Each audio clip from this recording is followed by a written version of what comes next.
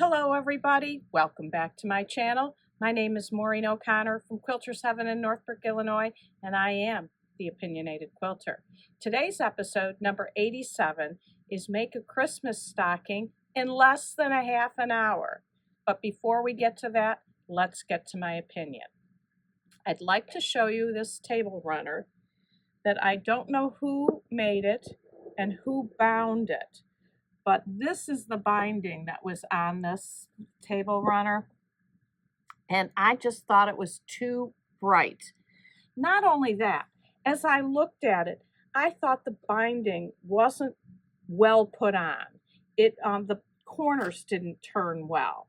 So in my opinion, it is better to take off a binding. Believe it or not, you all know I hate doing binding. It's better to take off something that you're not proud of.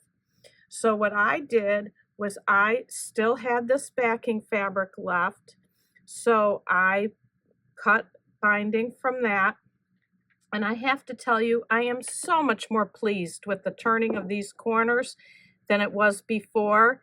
And you know, your binding doesn't always have to be perfect. If it's not perfect on a baby quilt, do you really care? And on a Christmas tree skirt, there's presents sitting on top of it. You don't see it. On a table runner, you're eating and it's right in front of you. You can see it so clearly that I'm just so much happier already. You can see I still have clips on it. I still have some sewing to do. It might not be ready for Thanksgiving Day, but it'll be ready next year, and I'm going to be so much more pleased with it. That's my opinion. Let's move on to making a stocking. This is the Christmas stocking I made. You do not need a pattern for this. If you do wish to get a pattern, you can. This is one that I have in my shop, but you could make whatever size you want. You could make a long, skinny stocking. You could make a short, fat stocking. You could even make a Christmas tree ornament size stocking. They're all made the same way.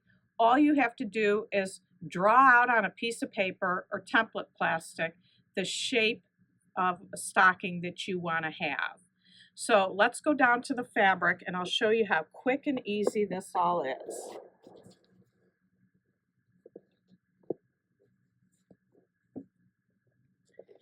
This is my pattern, which I drew onto template plastic. And all you need to do is lay it on your fabric, use whatever marker you want, whatever shows up on the fabric. And the only thing that's important to know here is make sure you either have your fabric wrong sides together or right sides together so that you get one in one direction and one in the other. Now, I like to put pattern weights on here so it doesn't move. And then I draw it out. I still leave the pattern weights on it and cut it out. You can use a rotary cutter, you can use a scissors, you can do whatever you want.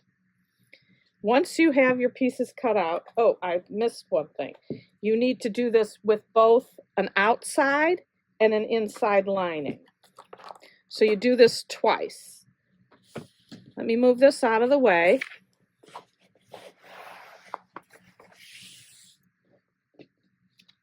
So I now have two pieces that look like this one here. This is my lining. I've already turned my outside right side out, but you just sew from one edge all the way around up to the other side. You do that on both the lining and you do it on the stocking. On the stocking, you flip it right side out. On the lining, you leave it inside out. Because what are you going to do? We're going to put this inside here.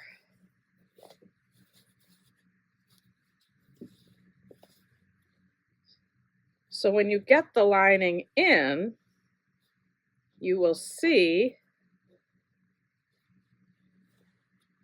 I got to get it in here first for you to see it. And I'm not doing a very good job. You know, when you're alone, everything works out great. but when you're on film, it takes a little bit. But there you are. You get the idea. This is now inside. The lining is inside the stocking. So you can see right side out, wrong sides together. Now, you need to make a loop and you need to make a cuff. So you need to determine how big you want your cuff to be based on how big your stocking is. For my stocking, I wanted 4 inches to show, which if I'm using a 1/2 inch seam allowance, I need 4.5 inches, and it's folded in half, so mine was 9 inches. This measurement is 6.5 inches. So to do both sides, that would be 13 inches, and with a 1/2 inch seam allowance, that means 14 inches. So my cuff was cut 9 by 14. You fold it in half,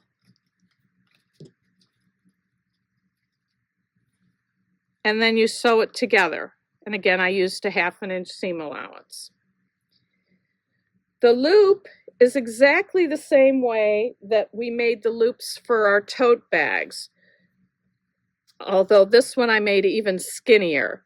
For my loop, I cut my strip 1 inch wide, and then I just oversize more than I need.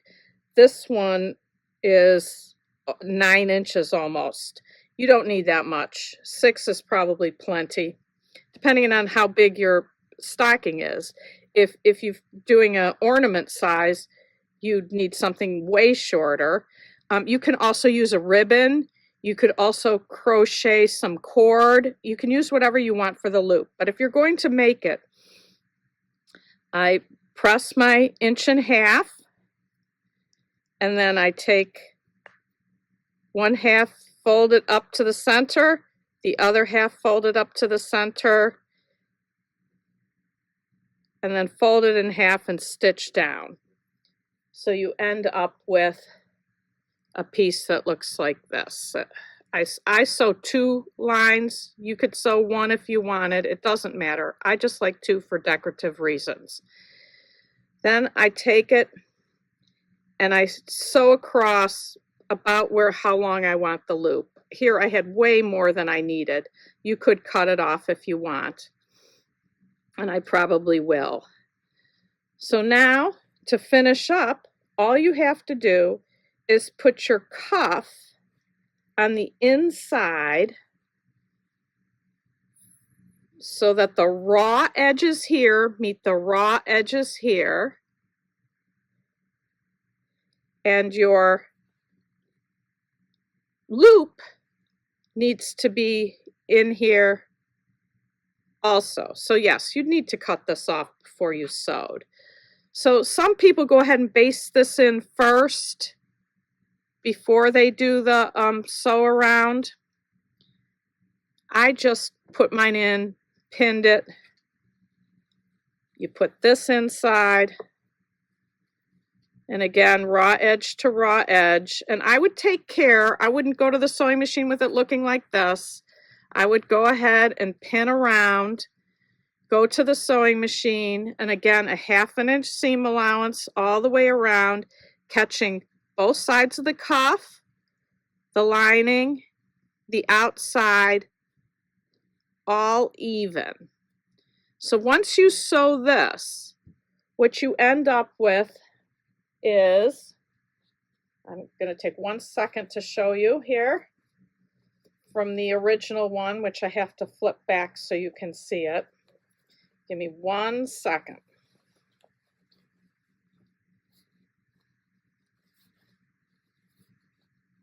This is what you come back from the sewing machine with. 1/2 inch seam allowance, cuff. You can see 2 layers of cuff, 1 layer of lining, 1 layer of outside, and then you just pull the cuff out, fold it over, your loop pops out, and you've got a stocking. You could, if you want, go ahead and top stitch around here. I'm probably not going to. You can also make this a lot longer than 20 minutes per stocking by embroidering a name here. You could piece this instead of using a solid fabric. The possibilities are endless, but it is past Thanksgiving now. So if you are going to try to make Christmas stockings for this year, maybe you want to just take a solid piece of fabric that you like, and you can whip up stockings so fast they will all be done in plenty of time to hang on your mantle. So that's today's episode. If you got something out of this video today, please like, share, and subscribe. And until next time, happy sewing.